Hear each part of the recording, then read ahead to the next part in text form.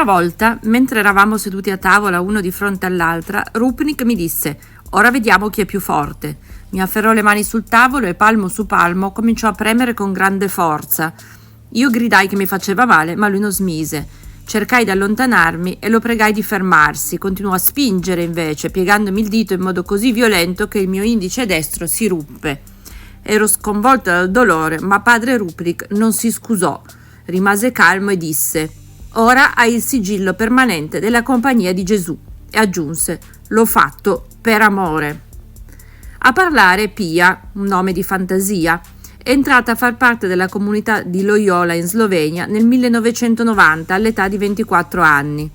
Questa scena, che si è svolta quando la ragazza era ancora una novizia della comunità religiosa fondata dall'ex gesuita Marco Rupnik e da Ivanka Osta, è un'altra testimonianza degli abusi che il famoso artista ha commesso ai danni di diverse religiose e di cui dovrà rispondere in un processo canonico, ora che Papa Francesco ha tolto la prescrizione ai fatti avvenuti negli anni 90.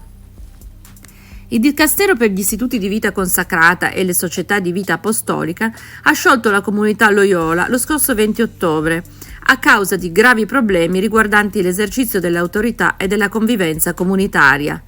La superiora generale Ivanka Osta è stata rimossa a giugno di quest'anno dal suo ruolo e tra le altre cose le è stato proibito di contattare le ex suore per 3 anni. Almeno sul fronte dei mosaici del centro Aletti però qualcosa si muove. Jean-Marc Grand, parroco di Saint-Joseph-Saint-Martin a Troyes, in Francia, ha deciso, dopo un processo di discernimento con testimoni e vittime di abusi, di rimuovere un trittico di Rupnik, realizzato e installato nella cappella del presbiterio nel 1994, senza consultare la comunità, come si legge in una nota della parrocchia. È la prima volta che si decide di togliere un'opera di Rupnik da una chiesa, un caso che può diventare un precedente per tutte le commissioni che stanno valutando cosa fare dei mosaici del discusso artista.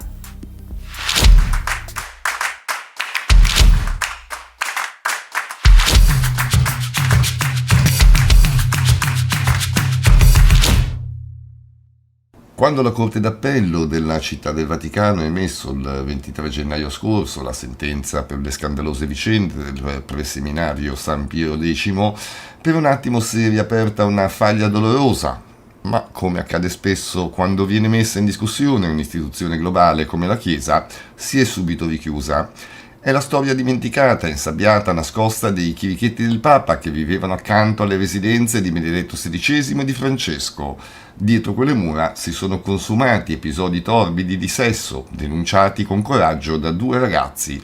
Uno era la vittima, oggi 30enne, l'altro il testimone oculare.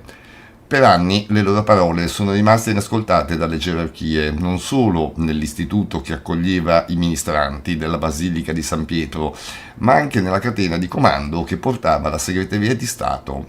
Almeno 7 cardinali e 3 vescovi ne erano al corrente, informati da lettere puntuali e non anonime. Adesso i giudici hanno accertato che un colpevole c'è stato, ma solo per corruzione di minore, infliggendo 2 anni e 6 mesi a Gabriele Martinelli, tuttavia da tempo sacerdote a Como.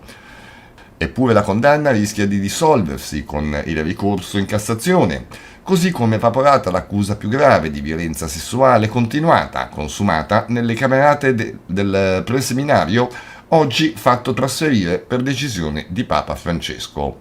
La soluzione con il dubbio di Martinelli e la prescrizione del favoreggiamento contestato al rettore Don Enrico Radice per non aver dato credito alle confidenze della vittima hanno consegnato una verità incompiuta, ridotta a una fornicazione tra adolescenti.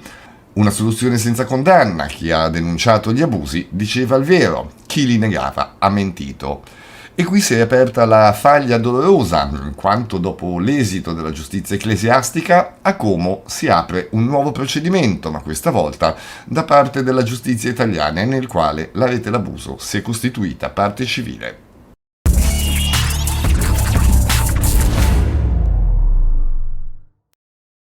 Un alto prelato molto vicino a Wojtyla si faceva portare da 2 o 3 massoni che aveva sempre attorno 3 o 4 ragazzini sui 12-13 anni, consenzienti. Si faceva dare le mutandine e faceva da solo. Poi gli dava qualche soldino e loro contente se ne andavano. Non le toccava, erano ragazzini che andava a prendere in certi ambienti, zingarelle. E questo me lo diceva come un fatto divertente. E quanto una fonte interna vaticana ha rivelato a Pietro Orlandi. Lo ha reso noto il fratello di Emanuele Orlandi durante il sit-in del mese scorso a Roma.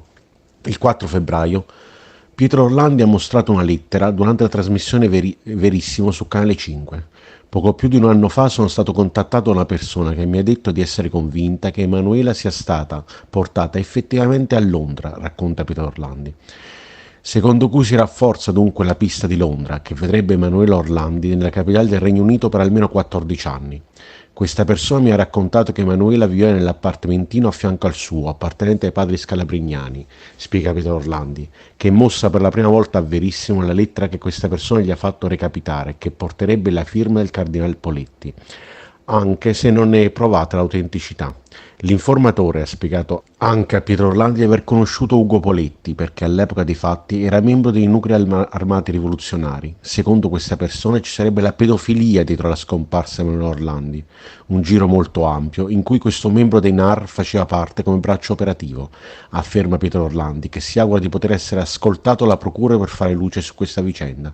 Spero di essere convocato per poter fare il nome di questa persona. La lettera, se autentica, sarebbe stata inviata dal cardinale Poletti all'ex segretario di Stato inglese Frank Cooper e riguarderebbe proprio il caso Emanuele Orlandi, che dal contenuto della lettera sembrerebbe essere incinta. Egregio dottor Cooper, la ringrazio per essersi messo a disposizione in prima persona per la risoluzione immediata del problema, totalmente inaspettato e indesiderato, come sono sicuro le sia stato spiegato ai miei collaboratori nel Regno Unito e ha sicuramente appreso dai giornali internazionali. La signora Emanuela Orlandi è stata protagonista di vicende di primaria importanza nel panorama diplomatico internazionale e tuttora di vitale importanza che la signora Orlandi rimanga viva o in salute, per quanto con l'apostoliche sedis è chiara la visione del Vaticano nello stabilire che anche un feto all'interno del grembo materno possiede un'anima. Comprendo la sua preoccupazione ed essendone coinvolto in prima persona condivido anche parte del suo pensiero. Pertanto accetto il suo invito a Londra informandola che partirò personalmente per il Regno Unito il giorno 24 febbraio. Cordiali saluti.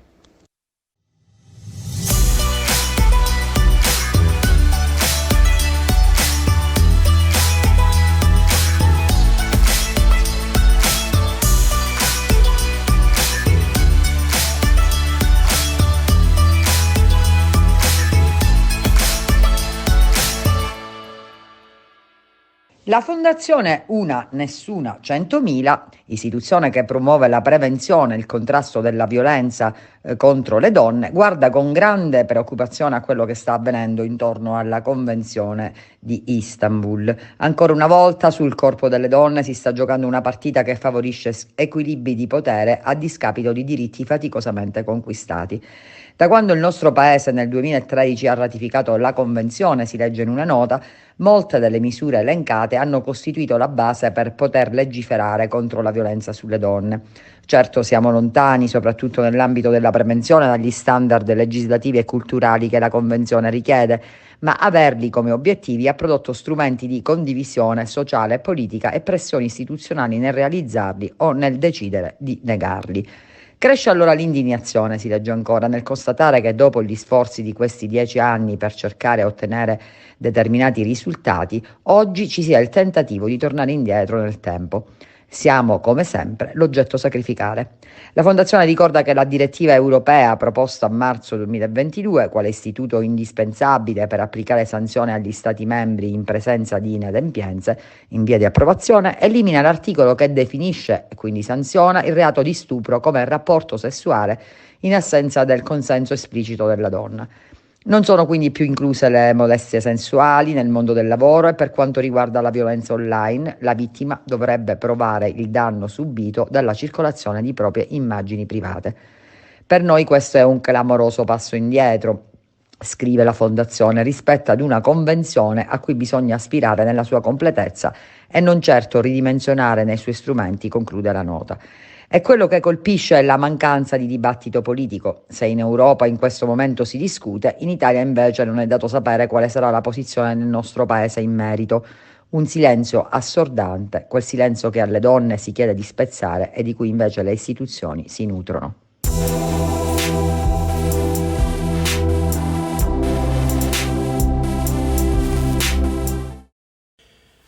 subisce violenza da parte di membri del clero è nell'80% dei casi una persona di sesso maschile, ma la storia dice che in ambito ecclesiastico è diffusa anche la violenza al femminile e sulle donne. Risale al 2008 la più dura condanna comminata a una suora per pedofilia, 11 anni. Si tratta di Norma Giannini, direttrice dal 1964 di una scuola media cattolica di Milwaukee negli Stati Uniti. Ma non si può dimenticare in Italia il caso di Eva Sacconago, morta suicida a 26 anni con la sua aguzzina, colpevole di abusi sin da quando lei ne aveva 15, condannata a soli 3 anni e 6 mesi.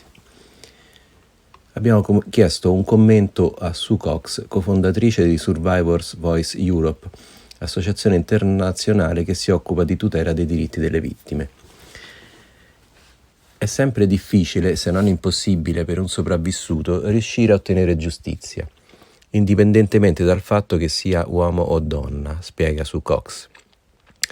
Spesso le vittime sono persone sole e con uno scarso reddito e un'istruzione appena sufficiente, per via del trauma subito durante l'infanzia. In queste condizioni si trovano sovente sole contro la Chiesa, che invece lotta in ogni singolo caso con tutte le risorse possibili. Spesso ci sono voluti anni prima che le vittime si siano fatte avanti, cosa su cui il Vaticano fa affidamento, perché così scatta la prescrizione del reato. Bisogna capire che i sopravvissuti hanno una ferita talmente profonda da essere facilmente spaventati e manipolati anche in età adulta, e ancor meno trovano la forza per combattere.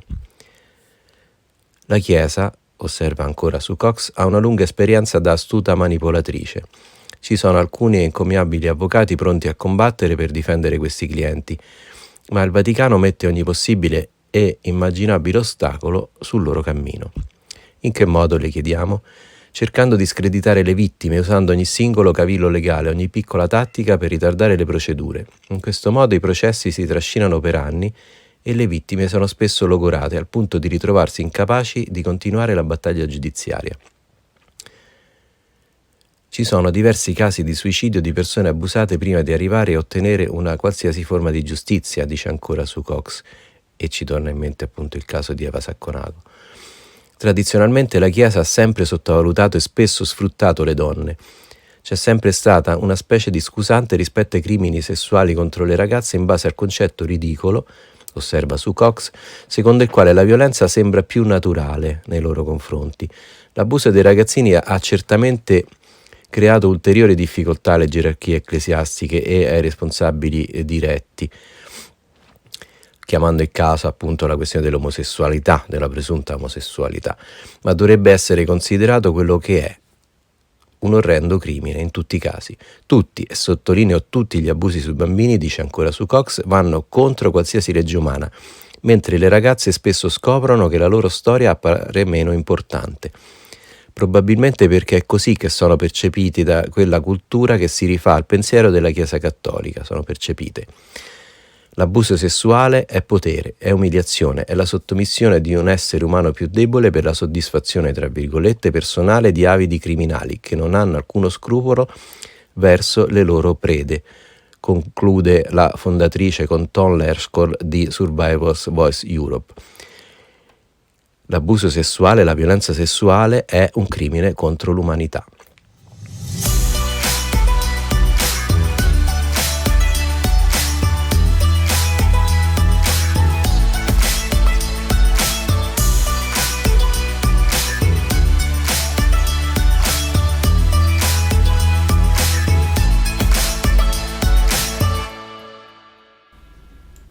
Per questa edizione è tutto, grazie per averci seguito. L'appuntamento è per sabato prossimo alle 12, avete l'Abuso News. Vi auguriamo un buon weekend.